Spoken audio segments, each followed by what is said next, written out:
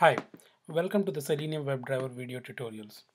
In this video, we are going to learn about the Selenium architecture. So this is how the Selenium architecture would ideally look like. Not exactly, but these are the main components. So let me walk you through from the left side, and we will reach to the right side in a couple of minutes. So whatever that you are seeing on the left side, these are nothing but the jars that you download. These are the client libraries that we call. Yeah, I had Java several times here. Maybe I'll update it here. You have some other libraries like Python, um, Haskell, and all, right? So these are nothing but the libraries, the client libraries on in the language which you write your Selenium framework basically. So what happens when you click on, irrespective of what IDE you are on, or even if you are running your programs, that is Selenium test scripts from the command line. What happens when you click on the run is that in the backend, every command or every statement that you write will be converted with the help of JSON wire protocol over HTTP. It will be converted into a URL. Now just hold tight. I'm going to show you practically from here, from the JSON wire protocol till the end, how things work. But just try to understand, try to imagine that every command or every statement that you write would be converted to a JSON wire protocol over HTTP. And this will be passed to your, not browsers, but the browser drivers that you have. Remember the Chrome exe file that you have downloaded from the internet, or the IE driver that you have downloaded for the internet, or for the matter, even if you are using Safari or Opera, you would have downloaded the extensions, or if in the case of Mac operating systems, the Unix executables. Right, you might have downloaded those, and you might have run those basically. Okay, like you should have set system.set property of, and you pass the property, like for example, if it is Chrome, you say um, driver.chrome, what is that, webdriver.chrome.driver, right? And then pass the parameter as the path of the executable file. So basically what happens is that these HTTP commands will reach to, not commands, sorry, these HTTP URLs, which are basically REST, based on the REST architecture. These reach to these browser drivers, and what these browser drivers do is that internally they have some HTTP servers. These drivers have internal HTTP servers, which for each command, or for each statement it receives, it will internally pass it over to the real browser. Okay, that is, if it is Chrome driver, it will pass to the Chrome browser. If it is IE driver, it will pass to the IE browser. So this is what happens. And if there is a post request, then it will perform on the browser. If it is a get request, then a corresponding request response would be generated at the browser end, and again it will be sent over to HTTP, over HTTP to the browser driver, and the browser driver over the JSON wire protocol sends it to the UI, that is your client machine, whatever the client that you are using. So this is what happens in the background.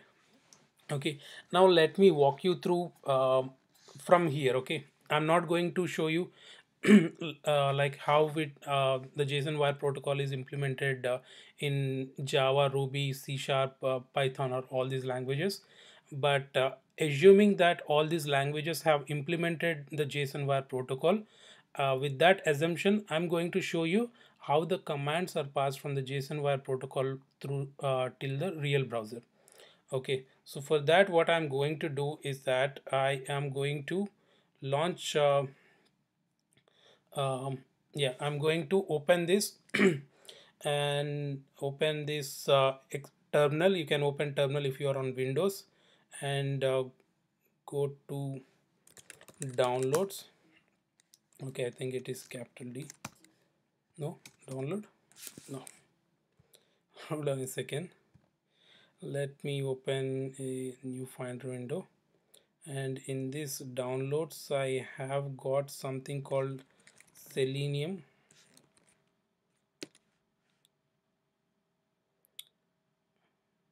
Just give me a second.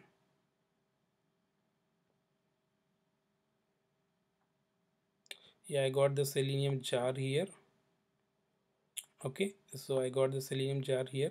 So what I'm going to do is that this is a Selenium standalone server. Okay, I have to run this so that I start the server, the Selenium server. For that I need to pass java-jar command, because this is basically a jar, and pass this. So what this will do is that this will start me, excuse me, a server. Okay, this will basically start the Selenium server. You can see every statement here. It says launching the standalone server, and at the end it will say Selenium server is up and running.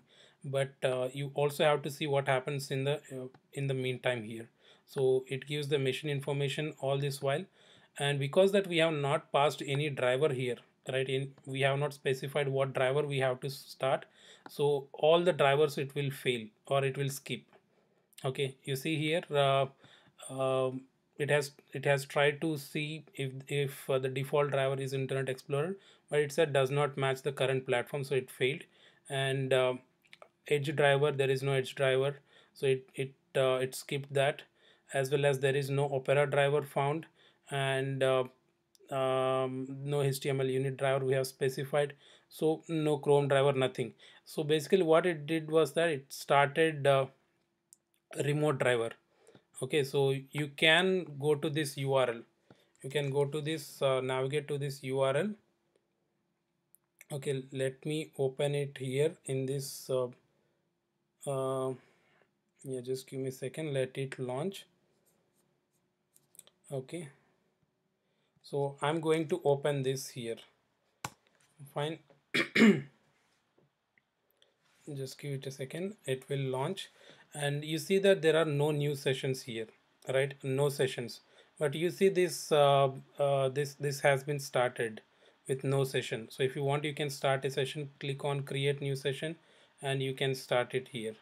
Okay, um, and what we are going to do is that we are going to create a new session. I will launch this in Firefox, click OK. You can even launch Chrome also, it's absolutely fine, it's all up to you. I have Firefox on my machine, so I'm just starting this, and once it launches you will see that this is nothing but the session ID. You can just copy this. If you want to know more capabilities of this, you can just click on this. Okay, this is all is happening over the JSON. This is the capabilities, right? This is a JSON capabilities file here. So if you want to take a screenshot, right, um, let's say you navigate to google.com within this session. Okay, this in this session it has started the google.com. If you take screenshot, you see that you will get this screenshot. Okay, this is within this session. So using this session ID, you can access this particular browser, Firefox browser. Okay, and using that we are going to use as I told you, I'm going to explain you from here, from JSON wire protocol. So for that I'm going to show you one URL. You can just bookmark this. It is known as JSON wire protocol. Go to wiki, search for this JSON. You can even search for JSON wire protocol. Click on this Selenium HQ, the very first link. Earlier it used to be hosted on Google Codes, but later on they have moved to GitHub. uh, okay, so here you can see a lot of examples. So we'll start looking into this. Okay, so the way that we will do is that give me a second, let me show you. So these are some of the status, get, post, and all this. Okay, so the very first thing that we will do is that just give me a second.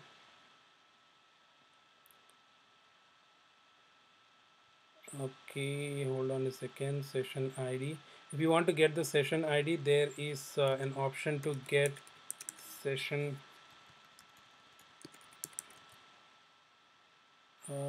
session ID.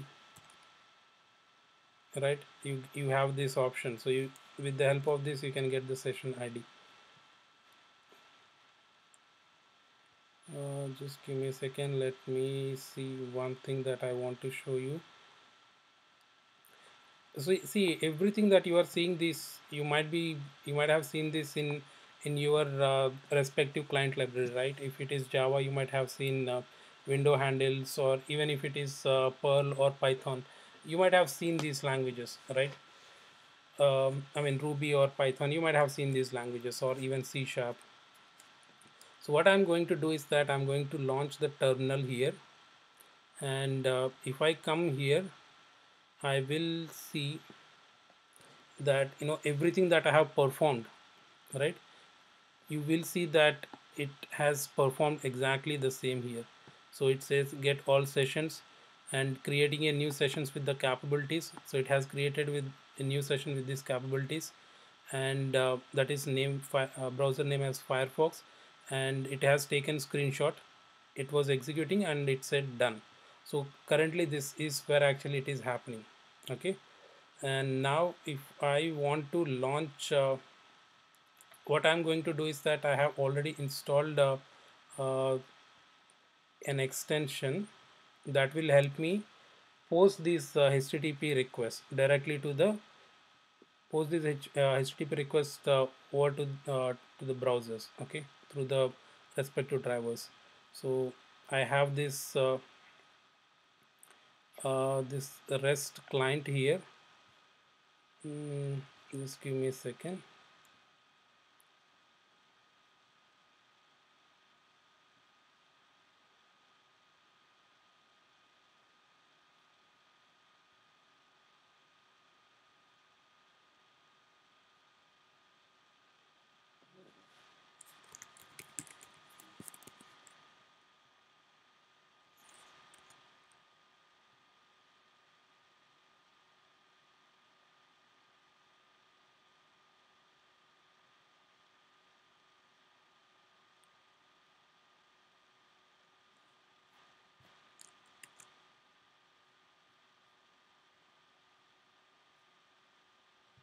Just give me a second.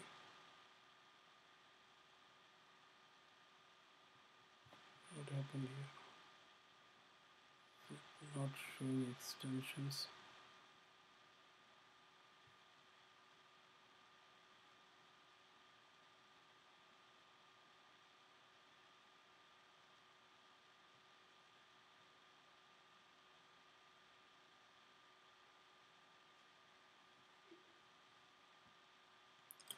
Fine, I'm launching this here. So what happens is that this is from a previous one, so you can just ignore this. Okay, now what I'm going to do is that I'm going to launch this. I let's say that I want to get the session that the current session that it is working. So this one I want to get, right? For that, what I can do is that there should be, yeah, get sessions, right? So it will return me the sessions. So if I just run this one, okay, make sure that you select get here. Okay, just hold on a second. Sessions, yes. Okay, so I got the sessions here. So if you compare the same session, it's, you see that this is the session in which this particular Firefox browser is running, right? So let's say, let's confirm whether that is correct or not. So we need to compare this with this. So this is the session that it is running, and that is through which we want to run, right? So what I'm going to do is that I'm going to copy it here, and I'm going to copy the session that it has returned. So if you see this, yeah, yeah, I think I have not copied properly here. Yeah, see, I have not copied, but yeah, if you want to compare, you can see that both are the same session IDs, right? So once I have got the session, right, what I can do is that I can pass things uh, over this using this session to this Firefox browser. Okay, and how I will do that is, let's say I want to pass a URL. So this is how you will do.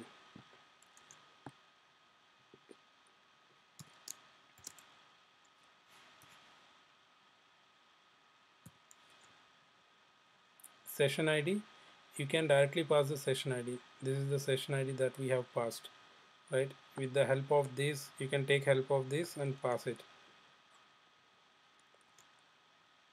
And this is post request, right? So let me say, and if you see what are the parameters that we have to pass, you have to pass the session ID. That is the, sorry, this is get, this is post, right? This is the JSON parameter that you have to pass. So the way that you pass the JSON parameter is within brackets like this. Okay, you specify the URL. Is that correct? Yeah, URL, and it should be a string. So let me say HTTP Google, or let me navigate to my favorite website, crickinfo.com. Okay, now if I click send, and meanwhile if you open, you will see that it is navigating to crickinfo.com. Okay, this is how this is how it works. So basically what is done is that your respective client library should implement this JSON wire protocol in their client library so that it interacts with the respective browser properly. So this is how it is done. So we have navigated directly from here. We have taken the JSON wire protocol. If you see JSON wire protocol, this is the complete information about JSON wire protocol. Okay, and we are using, and this is the library, like irrespective of what library you are using, whether it is Java, Perl, Python, Ruby, or whatever you are using, right? Ultimately it has to convert into a JSON wire call. Okay, and once it has converted, then it can directly navigate to the respective browser very easily. And in this case we are directly navigating to Firefox. And what is the reason? That I have not installed any, or I have not downloaded any Chrome browser, is that with the help of Selenium Fire, the default jar that you get with Selenium, right? The Selenium server jar, within that you have the Firefox driver. Okay, I think it's some xpi.xpi file, something like that. But it comes pre-downloaded with your Selenium jar.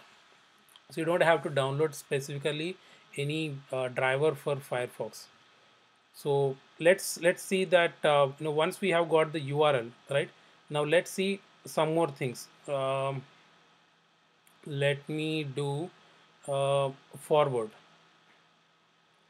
Okay, or you remember, if I click this back, if I click this back, then I am going to go to google.com, right?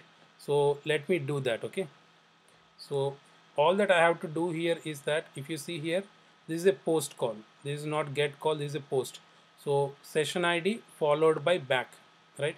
We already have session ID here, and I'll just give back, and make sure that you delete this and select post if you have not already selected that. Okay, and click on send, and if you go to our Firefox, you will see that it is navigated to here. Okay, and let me do one thing, let me minimize this so that you can see what's happening in the background here. So now what I'll do is that instead of back, I'll give forward. Okay, and if I click send, it will navigate to crickinfo.com. Okay, now if you see the it is minimized, it is showing a small window, right? Now let's try to maximize this. In Java, how you do, or in any client library, how you do,